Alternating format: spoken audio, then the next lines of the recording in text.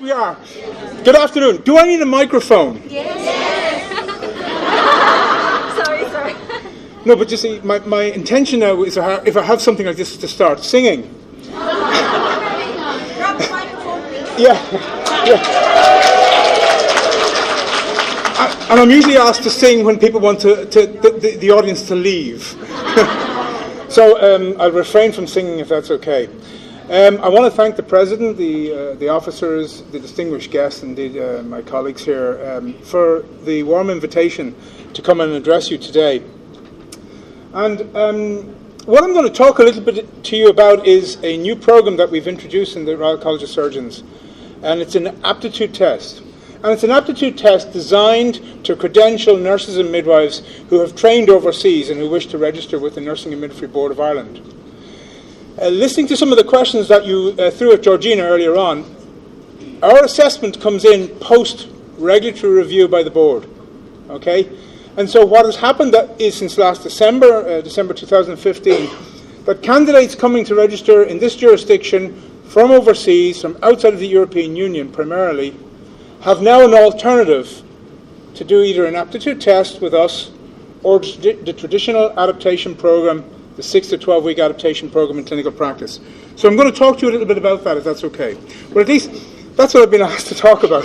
If you want me to talk about something else, I will.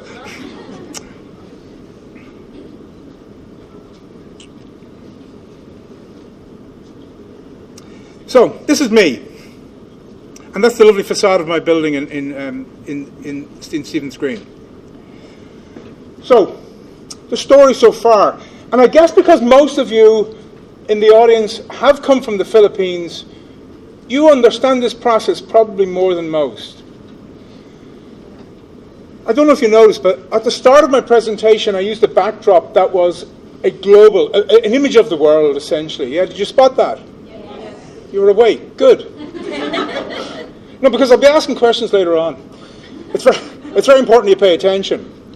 And I intentionally did that because the issues that the previous speakers, people like Edward and others, have spoken about here, is not just an issue that's associated with nursing in Ireland. Challenges that nurses and midwives, and indeed challenges that our health systems face, that we experience here in Ireland, are experienced internationally. And indeed the workforce challenges that we face here in Ireland are experienced internationally. And I think critically, from that perspective, Ireland is a consumer of nursing services from the international perspective. But so is Canada, so is the United Kingdom, so is America, so is Australia, so is New Zealand. Many of the developed world, as we call them, many of the countries in the developed world have an acute shortage of nurses. And from an economic perspective, he who pays most gets the service. And the critical challenge that we face in this country is, and in my opinion, we experienced a perfect storm very recently, not meteorologically, but metaphorically, was that we had a shortage of nurses. We have a shortage of nurses. We are exporting our new graduates. We have job vacancies in this country, primarily in the private sector, but now more so in the public sector as well. And what I noticed was that while the process that Georgina talked about in terms of going through the nursing board can be a slow process, what I found was, even though people were getting decision letters from NMBI, there was no adaptation assessment programs for them to undertake. And I didn't say this earlier on, and it wasn't mentioned in my introduction. But up until 2.5 years ago, I worked in the Nursing and Midwifery Board of Ireland. I was the Deputy Head of Education. And from time to time, you'd get phone calls from candidates like yourselves, maybe from the Philippines, maybe from Africa, maybe from India. And I remember one distinct guy phoning me one day from someplace in Kerala in India, saying that he had received a letter from the NMBI saying he must do this adaptation assessment program to become registered as a nurse in this country. And he had a list on the letter of all the places that were providing this program, allegedly, and he had contacted them all, and he was not given a place. So here we are. We're in a situation. No, that was my experience about 3 or 4 years ago. So I'm now 2.5 years in the RCSI as a head of faculty. So my experience was that we were looking for nurses, we were putting them through a regulatory accreditation or credentialing process, we were telling them they needed to do an adaptation assessment, and lo and behold, they couldn't access one. So in my opinion, it was a perfect storm. The reason why people could not access the adaptation assessment programs, which were predominantly run through HSE hospitals, was there was a shortage of nurses on the ground to preceptor the nurses who were candidates from overseas. So you were creating a perfect storm. So at both ends you had problems. You had backup at both ends. And critically, here we were needing more nurses.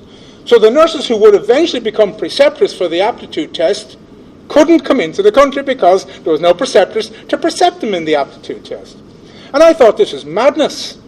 And I understand madness. That wasn't meant to be funny. Sympathy, caring, come on.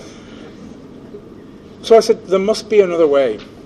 So I went to the NMBI with a proposal to introduce an alternative to the adaptation, that 6 to 12 week clinically based program that people have traditionally done to become registered with us.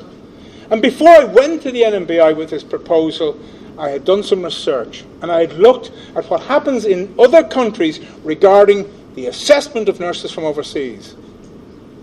And what I found predominantly was that there was a move away from clinically based means of assessment to more formal, educational, academic approaches to the assessment of candidates. And indeed what I found was that not only do nurses going into Canada and America and Australia and other countries do a process that's similar to the one I'm talking about now in a minute,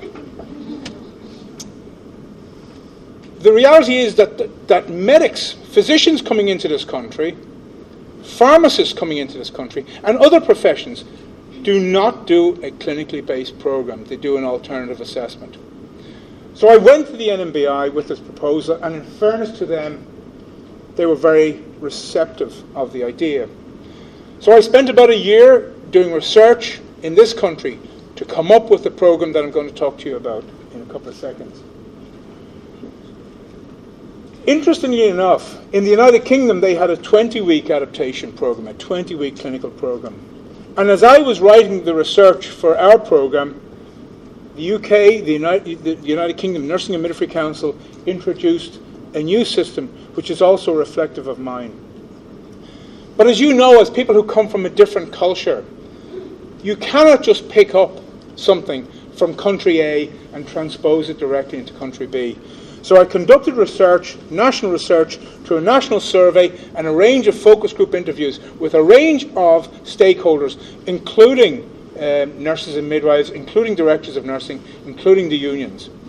And what we've come up with is a system that I'm going to talk to you about now. So what we have in Ireland today for anybody coming overseas is that once they've been reviewed by the regulator, they're now given a letter that entitles them to choose, and I know one of the colleagues at the back was asking this question. It gives the nurse the opportunity to choose which assessment methodology he or she wants to subject himself to.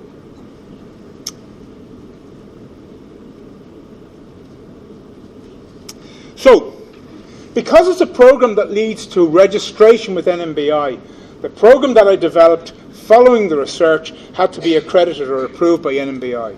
And thankfully that occurred. It occurred last year. It occurred in September of 2015 on a pilot basis, on a 6-month pilot basis. The first cohort started in December of 2015. And I'll talk to you about the stats in a few minutes.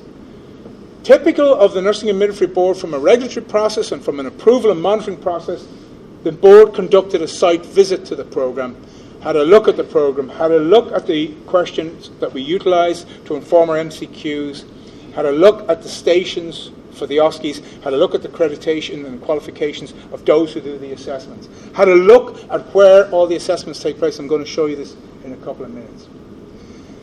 One of the conditions associated with this approval process during the pilot phase, which lasted until May of this year, was that we submit an evaluation report. So from an empirical and research perspective, we conducted surveys with 3 cohorts. The candidates who had gone through the program from December to April, because the board wanted it before May. The OSCE assessors, the registered nurses and midwives from this country who actually come and assess the candidates from overseas.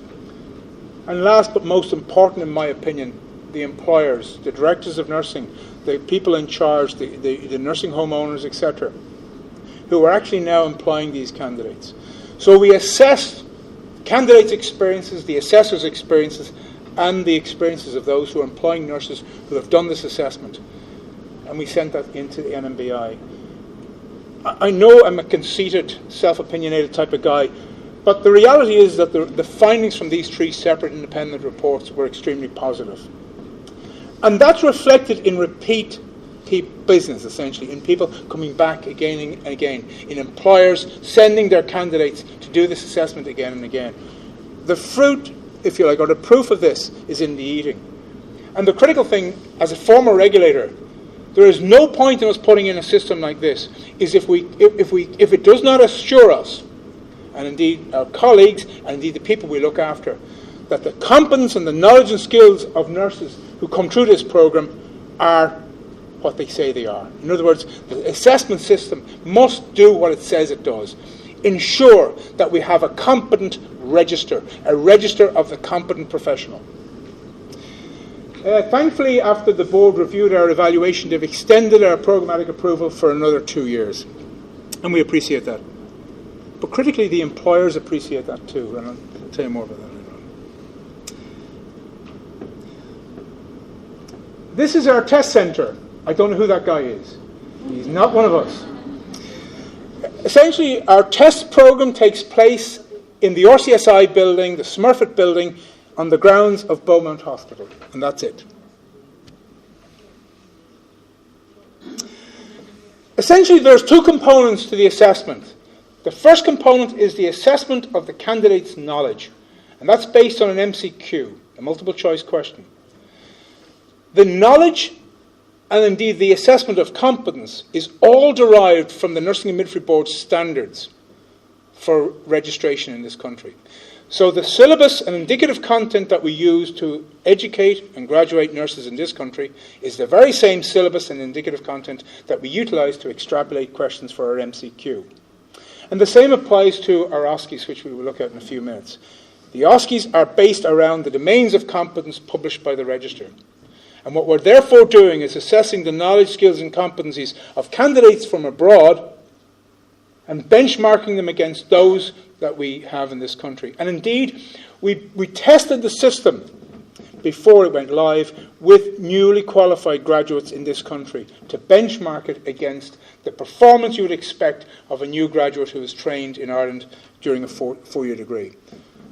I'm not going to go into this in too many details, but as a university we have a whole range of standards in place which inform the establishment and the development of a quality assured examination process, and this is what this is. So the MCQ goes through a whole lot of different processes in relation to ensuring that it is robust, ensuring that from an empirical perspective it actually does what we want it to do, and that it assesses across the full curriculum. We utilise about between 130 and 150 questions over a 3-hour period. And they change all the time. And interestingly enough, they change on the day. We can facilitate about 50 plus people doing the assessment at any one time. But if we're sitting next to each other, my question 1 could be your question 30.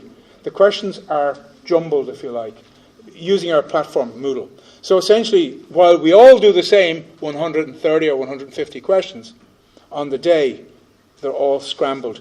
So if you're looking at the guy beside you in an endeavour to enhance your performance, don't. You're wasting your time. Yeah, so if you're answering something about the brain and they've put in something about their heart, you think, I'm doing good, they're a complete idiot. Yeah, so the questions are jumbled. And that's for security reasons. So our knowledge assessment resources in terms of the MCQ look like this. You have a very large IT laboratory. And on that day you have coordinators and you have IT staff and you have Moodle staff all there, and the candidate comes prepared. The candidate comes with clear advice and guidance, and particularly their password and username. So when they come in, they can bring up the system that enables them to get onto the exam. So the process, as I said, consists of an assessment of knowledge, and then an assessment of the capacity of the applicant to apply that knowledge to practice. And they're called OSCEs, Objective Structured Clinical Examinations. I'm going to talk to you a little bit about them in a second. You have 2 attempts to pass the knowledge assessment. If you fail the second assessment, you do not progress. If you fail the first assessment, you're invited back to resit the MCQ. And all of this has gone through the regulatory process. This is all being approved by the board, okay? So you're only invited to proceed to the assessment of your competence and the application of knowledge in practice if you demonstrate that you have the knowledge to do so. Does that make sense? Yeah, good. Can I say, and you know, thank you, there you are, thank you. Yeah, I'm 36 years nursing. I started at 3. That's uncalled for. Oh, thank you very much. Yeah, I was a trial protege. No, yeah, so I've been around a long time. Nursing is a practice-based profession. So it is not an academic profession, it is a profession that uses theory and research to inform what we do, to inform practice. So it is not sufficient, in my opinion, to assess our knowledge, because some of us can be very clever and very knowledgeable, but we haven't the capacity to apply it to practice. So we've broken down the assessment in this way, so that if someone is successful at in terms of determining their knowledge is up to date and is good, they can then progress to show that they can actually translate that into practice. Because on the ground, in clinical practice, on the front line, that's what's expected. None of you will appreciate a colleague who sits in the office saying, well, I know all about patient care, but I'm not going to do anything about it. Okay? Or nobody appreciates someone who says, well, that wound needs to be treated in the following way. Will you do it? You know, you need people who are able to apply this knowledge in practice. I was saying that I was 36 years nursing. When we developed the test, the knowledge test, I in my own office, I failed it. I failed it quite miserably. But that's okay, because as Georgina was saying earlier on, I'm working within my scope of practice. Okay? I don't have to go and provide wound care, or pain assessment and management, or deal with someone who has an acute confusional state, or someone who's dehydrated. No, I did that. But I don't do it now. And I think it's very important to link back to what both the guys were saying earlier on. Many, many years ago, in the 1980s, I worked in an intensive care unit in London. And I was very good at it. I was quite excellent. But if I was to go back there now, I would be dangerous to every patient there, and indeed myself and all my colleagues, because it's no longer within my scope of practice. Scope is linked to competence. Competence makes you confident, and you need both confidence and competence to practice within your scope. And if you don't have the competence or the confidence, you may be outside your scope, and that's important. So therefore, I would not pass this, but it's okay, because my area of my scope of practice is educational leadership. You see, that's not fair. So, when people come for the test, both pre the knowledge assessment and pre the OSCEs, there is specified waiting areas. If there's both tests on the same day, you never meet these people, okay? So there's nice areas for people to meet, to wait, sorry. So, what we have set up is a range of clinical assessments, and they change all the time. The individual candidate currently has to sit between 14 and 20 OSCE stations. Minimum 14, maximum 20. The clinical stations, though, change all the time. So you may have a colleague who's done it last week and they said, well, we did something on wounds or we did something on whatever. And that may be the case. But they may not be the case this week or next month. We've identified a number of stations that, in our opinion, assess the competence of the nurses in the fundamentals of nursing practice, in areas such as wound management, medication management, discharge planning, teaching, breaking bad news, running IV lines, and they're all, by the way, up on our website, okay? The nature of the type of assessments are up on our websites. They are not asking nurses to demonstrate competence in rocket science. They're asking nurses to demonstrate competence in the fundamentals of patient care, whether it's documentation, fluid balance, whatever it is, nutrition, across the areas that you would expect nurses to be competent in, and indeed across the areas that you would be annoyed if you're working with someone who is not competent in those areas. So the stations are set up to be very, very clinical. So it might be dealing with someone who's just experienced an MI. It might be dealing with someone who is a breathless patient who has COPD. The range is extensive. You are assessed by 2 assessors who are all qualified nurses. So we have about 90 assessors working for us. Critically, they are all educated to master's degree. It's not that we expect the candidate to perform at master's degree level, but we have highly qualified, very experienced nurses, predominantly CNMs, CNSs, and A&Ps. So it should look fairly familiar to you. It is a highly clinical assessment environment that assesses us as nurses from a clinical competence perspective. And these are actual photographs of the units. We use both live people who are simulating the patients, and we also use mannequins. We tried to get staff to receive injections and things like that, but they wouldn't have it. You just can't get the staff anymore. We tried to do CPR on some of our staff.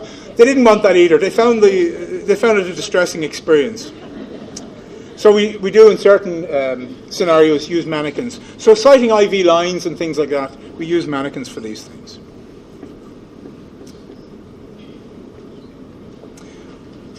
Patient safety was something that Georgina talked to you about earlier on, and you cannot assure the public of this, and you cannot assure patient safety if you do not have competent nurses.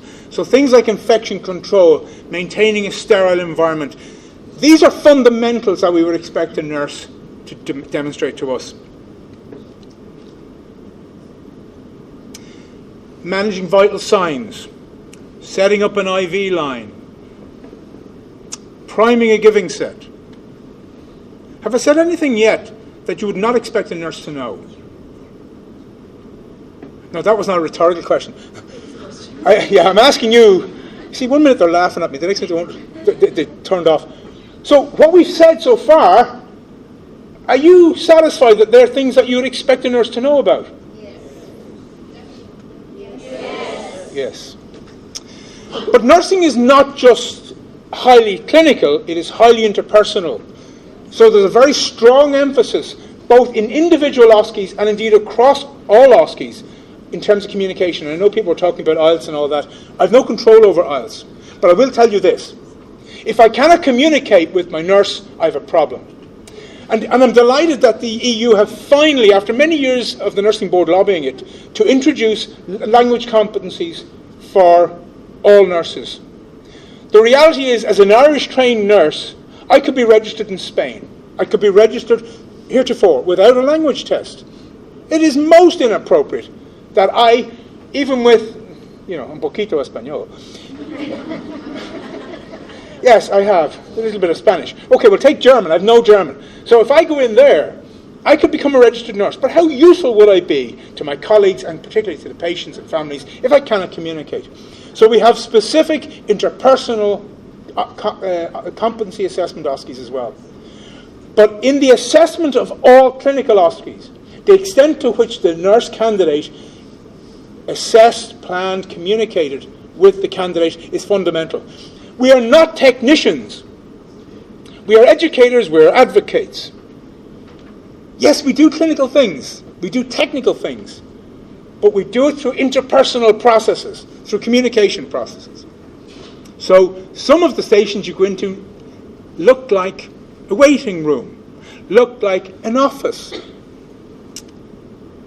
because nursing takes place in these areas too. Every nurse candidate who goes through the assessment process is assessed by a minimum of 28 assessors. 28 assessors. Yeah. So if you have 14 stations, you have 2 assessors at each station. So at the end of each station, you're assessed using a pro forma based on what is expected in terms of your demonstration of competence for that OSCE. It is extremely robust. It is highly valid and highly reliable as an assessment process. You cannot, after 28 assessors in 14 different stations, you cannot say they didn't like me. You cannot say I didn't get on with them. But these are some of the concerns that used to come to the nursing board in relation to the adaptation assessment. People would say, well, the nurse didn't like me because I'm from Africa. Or, in other words, people would use, they were racist towards me. Very often without evidence, no evidence. Okay, nothing would come in that would be tangible evidence. I'm not saying the nurse wasn't racist, but you wouldn't see any evidence. Very often people would come in having failed to the nursing board, the adaptation assessment. But you wouldn't be able to say why they failed. It would be vague. What you have at the end of this assessment process is the individual candidate's score from the MCQ and then their score from 28 individual assessors across 14 plus OSCE stations. And if someone is incompetent and demonstrates that across the stations, there is very little room for, well, maybe it was just a bad day. Okay? Or maybe they all didn't like me. It is impossible. So what happens is at the end of the day, at the end of the assessment process, the assessors go home, or the candidates go home. The assessors then talk among themselves about people that they have had problems with, not people who have passed their stations. Okay? And critically what happens is reports on every single candidate across every single station are then brought into the into the RCSI the Monday of the test, and we go through as an exam board how people have got on.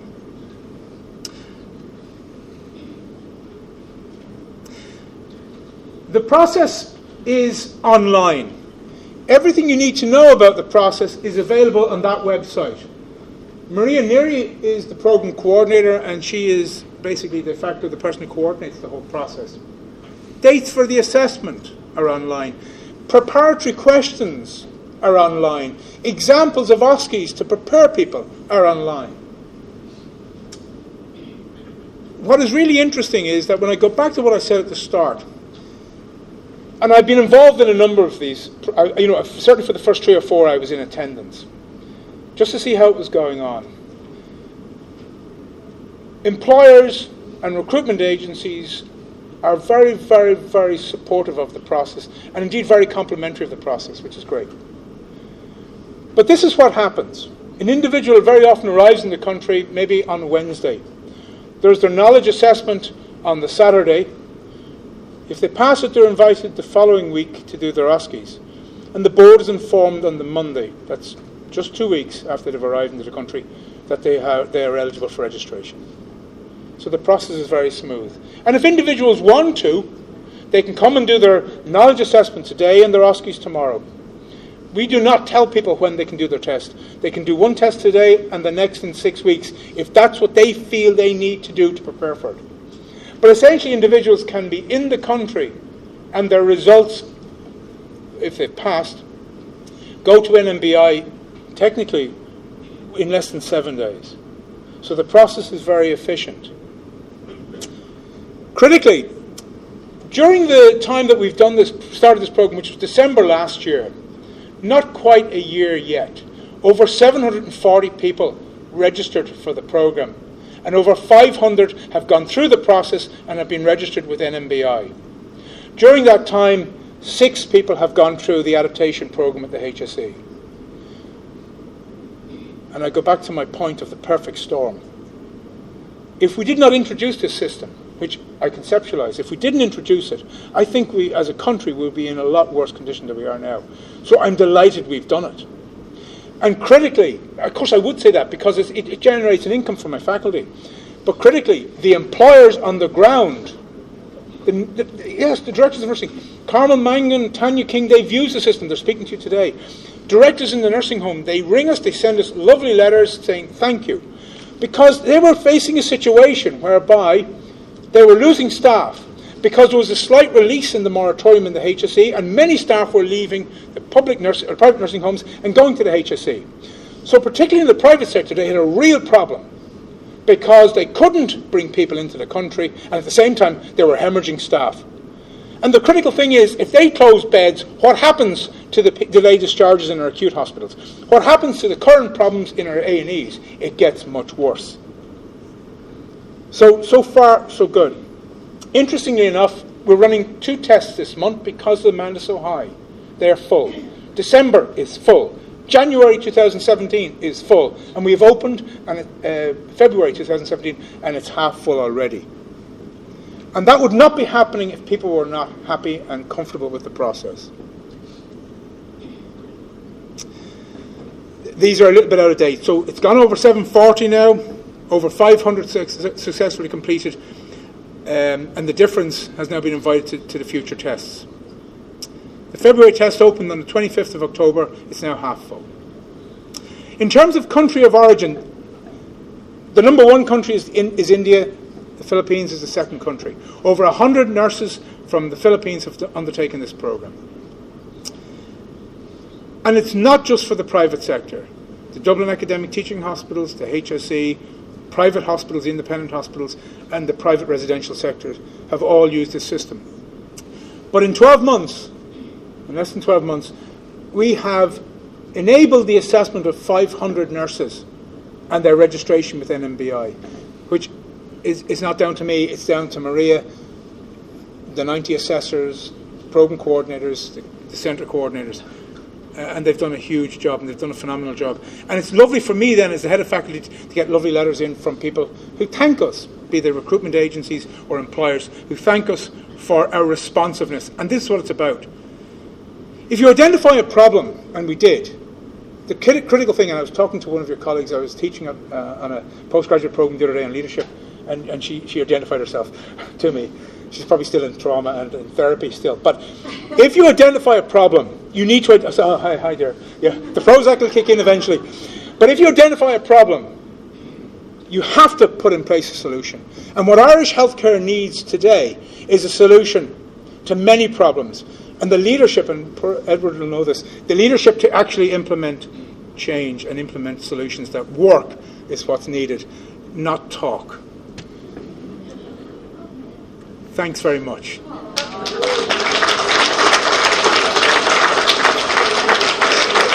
So because my presentation was so good, there'll be no questions, right? Well, thank you very much. No questions? Oh, God. All right, yeah. Do you want to better wait for a microphone? You better wait for a microphone.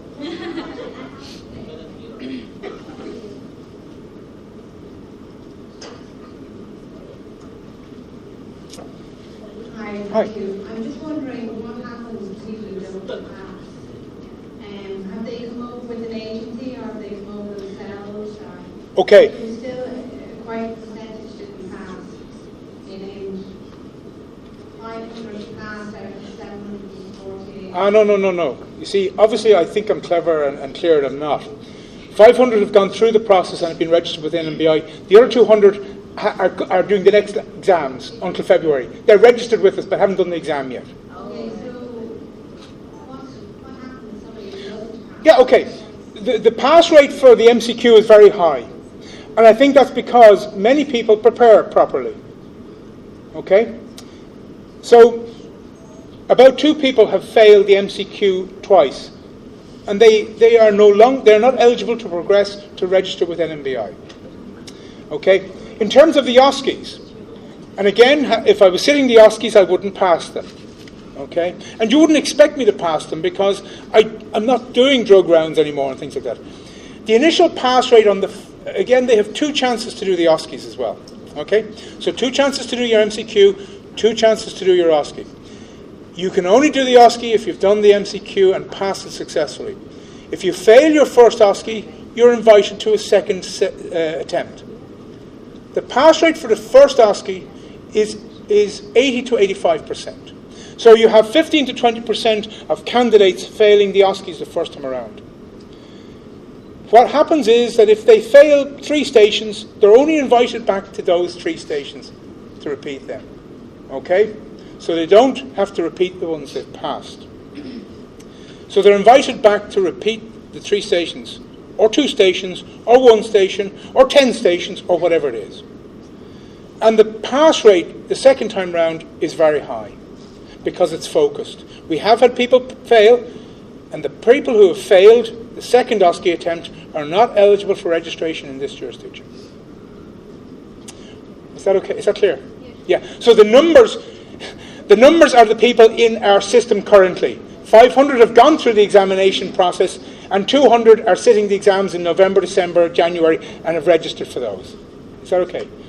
So it's not a 60% failure rate or pass rate. Absolutely not. Thanks. Good question. How much? And can I just finish one? Majority of people come through employers. A small number of people have come through the process and paid for themselves. And that's your question. If they're here for a few months, as you say, it goes out over a period of time. They're not working, are they? I mean, they've arrived. Yes, they're on a particular visa, okay, that allows them to come into this country to do the exam. The process for most people, as I've said, takes up to 2 weeks, okay? And what most services do is put them through an induction during that period, orientate them to their service and that kind of thing. So for most people, it's a 2-week process. Yeah. For those who go beyond that, who say fail this first OSCE set of stations, they cannot work during that period of time. But it is my understanding that the employers usually are engaged in an induction with them and helping them prepare for the OSCE station. The cost is €2,800. Yeah. Okay. Yeah. €2,800 to do the examination. Absolutely. Can it? Yeah. Wow. Wow. It is a lot of money. No, it is expensive. And I mean, you can be very critical of that, and you're absolutely right.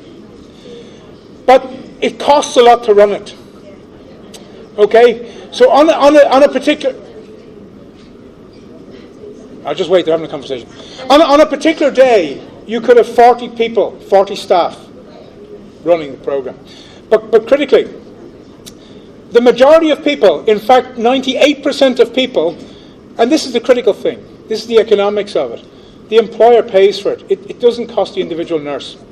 And there's enough work out there for any candidate coming into this country to come in with an agency or an employer. There's no need for an individual nurse to pay for this. 98, 99%, and probably 95%, 99.5% have actually had their employer. I think 2 nurses themselves, who were Americans, decided to pay for it themselves because they didn't want to link up with an employer directly. That's their choice. The second thing I would say is this. From an employer's perspective, Nursing Homes Ireland did an analysis of costs, and they've been probably our biggest source of candidates to date. They did an analysis. The cost to the employer for doing the adaptation test is much greater because, and you cannot factor in this, the actual financial cost is greater to they pay out more for their candidates doing the adaptation assessment than doing the aptitude test. That's number one. The second thing that's impossible to figure into this is that they will have a nurse potentially on the ground, 80% of them will have a nurse on the ground within 2 weeks, as opposed to 10 weeks through the other process. And that is very expensive. Critically, NHI did an analysis of the costs among their members in relation to both tests, and their data, not mine, their data says that our test is cheaper for them and to them, and that's why they keep coming back. But it is not cheap. But if you look at the process, it is robust, and therefore that costs money. Those 90 assessors, they have to be paid. I have to be paid. I need a lot of haircuts. So look, it is not cheap, but it is cheaper than the alternative. Is that okay? Hi, Professor. No, Thomas. Yeah.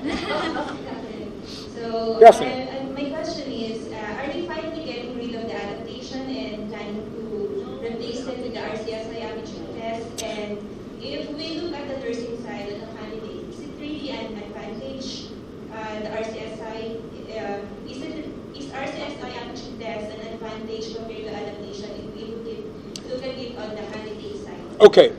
I can't answer that objectively because I'm the person who developed this system.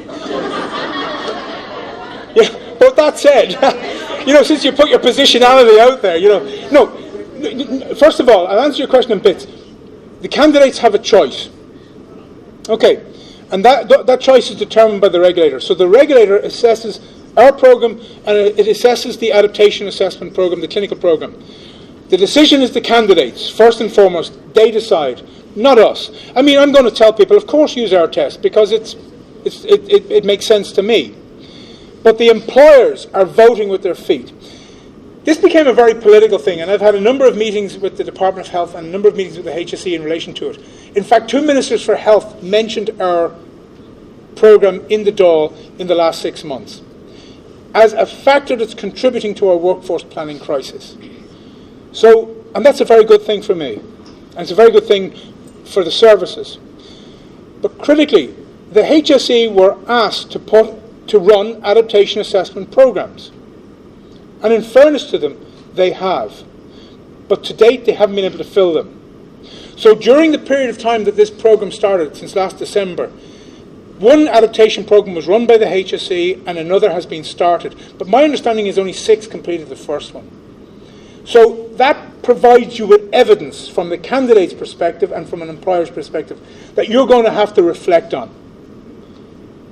I'm pleased with this, but it does give you a very clear message that during the time that about 20 people have registered for the adaptation program, 741 have for our program.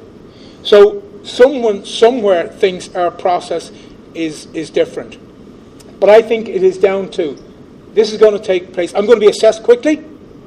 I know when the next assessment is, I'm given a clear date for it, and the employer critically knows that they're going to be able to plan, and that's critical for workforce planning, that I know I'll be able to put people through an assessment process next, on the 12th of November, which is the next one, my birthday by the way, the 12th of November, what a day to pick to do assessments, eh? Anyway, my wife is happy that I'm at work. So, the reality is that it makes it easier for people to plan when you have every month an assessment process in place that you know is going to take place. So the feedback from us has been very positive and very supportive. But it's not replacing the other assessment, it's an alternative to the other assessment. Is that okay?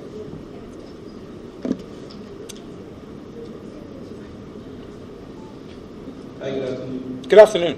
Yeah, just a quick query. This question comes from the perspective of the candidate and from the hospital or from the organization. From the perspective of a candidate, what is the advantage of doing an aptitude test versus the adaptation? Is it really better for me to shell out 2,800 as opposed to just paying 350 coming from the candidate and from the hospital itself? Okay. Okay, I'll answer that one first. I know you have a couple of questions. Because like Georgina, I'm getting old and I think... I forget. Sorry, Georgina. I thought I actually answered that question. But I thought I did. But anyway, I'll answer it again. From the candidate's perspective... No, it's okay. But it's important. But from the candidate's perspective, 99.5% the employer pays the fee. And there's no reason for any nurse coming into this country not to link themselves with an employer to pay that fee because it's an employee market. You can determine, the nurse can determine, because there are more jobs than people. Okay. That being said, if I take the case of an American nurse who did pay for themselves, okay, her alternative was to spend between 6 and 12 weeks doing an adaptation program in clinical practice, feed herself, pay for her accommodation. and have no income during those 6 to 12 weeks. So how much would that cost to her? A lot of money. If she was staying in Dublin, probably $1,400 a month in rent alone. So if she has to do 6 weeks, you work it out, that's 10 grand plus. So what I'm saying to you is that for most people the employer pays, and for most people the employers believe, and they have evidence to suggest, that our system is cheaper. Okay, but from a candidate, sorry.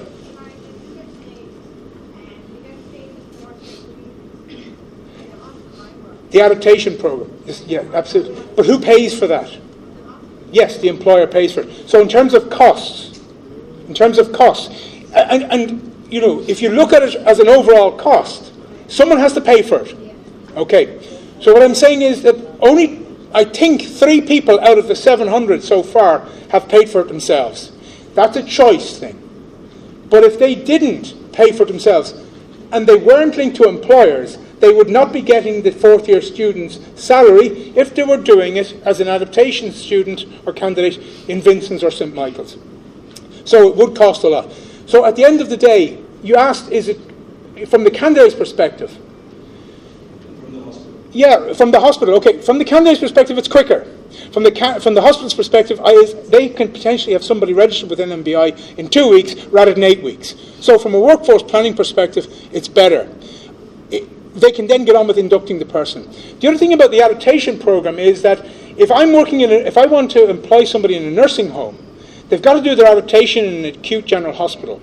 So they go and they spend 6 weeks or 12 weeks, depending on how they get on, in maybe an acute medical or surgical ward. And then they've got to come back and be reorientated to older person services. So the orientation of that nurse into the service they're going to work in is much quicker through our process. From the hospital's perspective, they have the candidate on the ground. From the candidate's perspective, they know that their exam is going to be over next week, and that if they're successful, they will register with NMBI the following week. So there is certainty. At the end of the day, it's the candidate's decision. Would I prefer to sit through this process or prefer to do the adaptation process in clinical environment? It's the candidate's choice. And you might say, well, I'm very good at MCQs and OSCEs, I'll do that. And someone else might say, well, actually, I prefer to do the adaptation. So it's a personal choice. Yeah, that's what I'm about to Yeah, it's a personal choice. The candidate gets the letter from NMBI saying, do one or the other. They choose. So basically what you're saying is the choice, the decision should be coming from the candidate, not from the organization that they are. From our perspective, the letter goes to the candidate from NMBI that says, you must do one of the following, one of the 2 tests. So at the end of the day, it's the candidate's decision. Now, an employer might want to influence that decision or negotiate that decision with them. That's fair enough, but at the end of the day, it is the candidate's registration. And we've had a number of people register with our program, and as the exam is looming, they decide to do an adaptation program. Not many, I think about 5 of the 741 decided to change during it. And that's their prerogative. We have no control over that, and it's their decision. Thank you. Yeah, no worries. Thank you so much, Thomas. I know this is a new thing and everyone is actually anxious to have their question, but in keeping with time, we're actually behind. Thank you so much, Thomas. We like to take your emails so that if you have any issues or personal questions towards Thomas, is it okay for us to email you with questions? Yeah, absolutely. My email is Thomas Kearns, all lowercase, and my name is in the brochure, at rcsi.ie. And I'll probably then bung them on to Maria Neary, because she's the program coordinator. Yes. But our details are all on the website anyway. Thank you so much, Thomas. Thank you. Okay, Mr. thank you very much. Thomas.